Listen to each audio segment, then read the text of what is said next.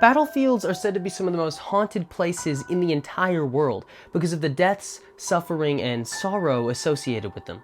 Thanks to the Civil War, North America has its fair share of such locations. Today's subject being the Chickamauga battlefield, where over 3,000 soldiers tragically lost their lives. Since then, there have been a lot of strange encounters in the park, along with a fair share of ghost stories, tales of malevolent entities forced to wander the mortal plane eternally because of some unattainable goal they failed to complete in their human life.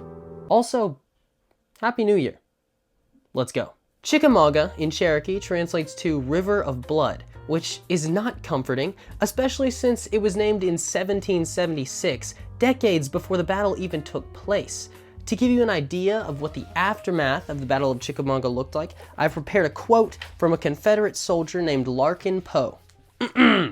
The moon was far down to the west, and cast a ghostly light over the woods and fields. The stillness of the night was unbroken, except for the sound of my horse's hooves and the hoot of some solitary owl.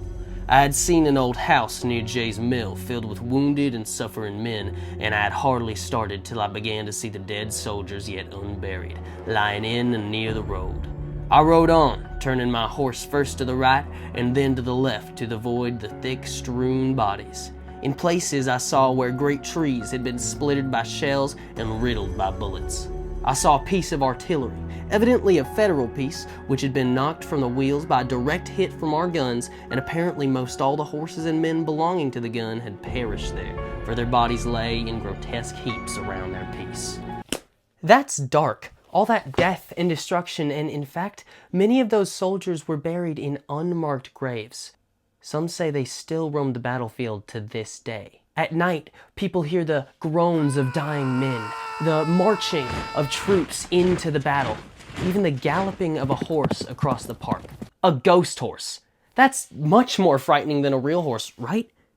You know, he says it's the scariest thing he's ever heard of in his life, which is just, it's absolutely brutal. In addition to the sounds, there have been some reports of seeing the faint glow of lanterns off in the distance, or even catching a glance of a ghostly platoon of soldiers making their way across the battlefield.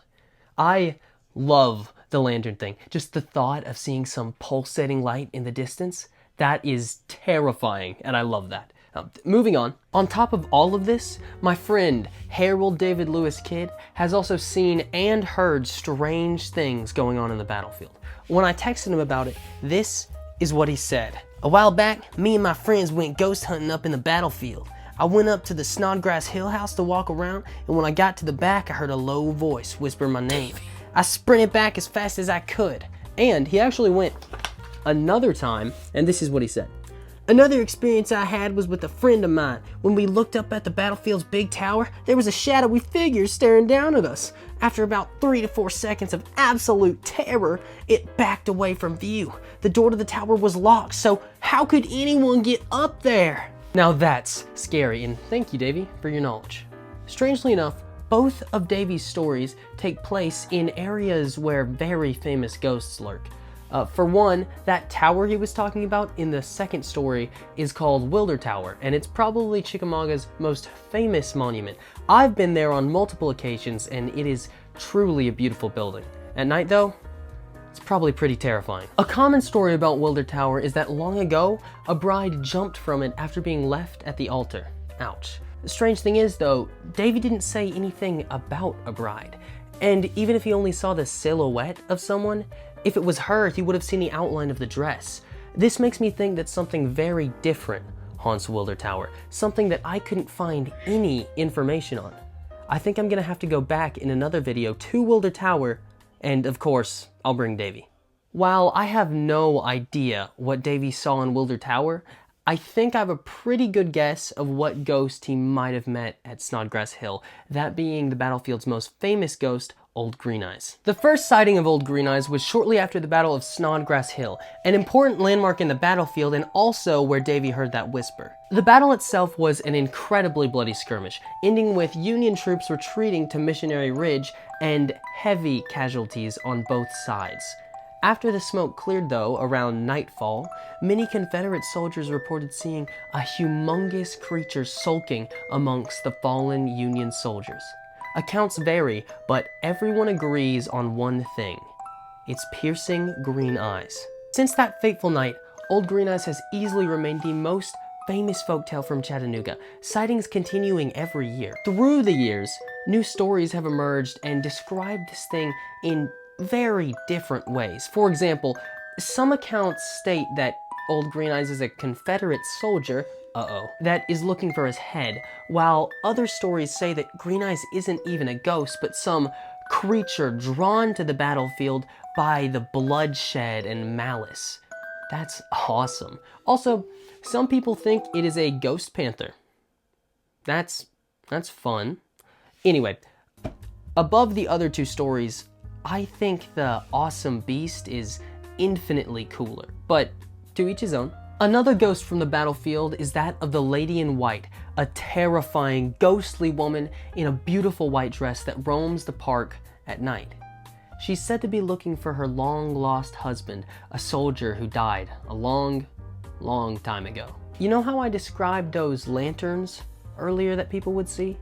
Well, it's possible that this could be the Lady in White and others like her looking for lost soldiers. There's not much on this ghost, but in 2012, a band called Granville Automatic did write a song about her titled Lanterns on Horseshoe Ridge.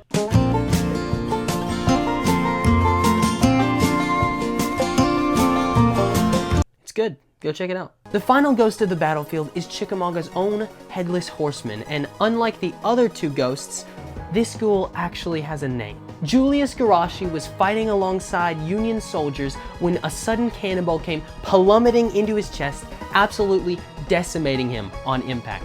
As his body fell, a stampede of horses galloped over him, decapitating him and rolling his head for a few meters before ultimately squashing it like a gourd. If that happened to me, I'd be a ghost too. Anyway, some can now see a horse with this guy's headless body on it patrolling the battlefield at night, and he's probably very sad. Do I believe in ghosts? Well, maybe, but there has to be something out there. There are so many paranormal experiences documented, and while a lot are probably fake or greatly exaggerated, a few have to be true. To make sure of this, I think I'm gonna have to go to the battlefield myself with Davey and document some ghosts. Thank you for watching. It means so much to me. And if you like the video, I'm gonna be posting weekly now, so stay tuned. I'll see you guys. Goodbye!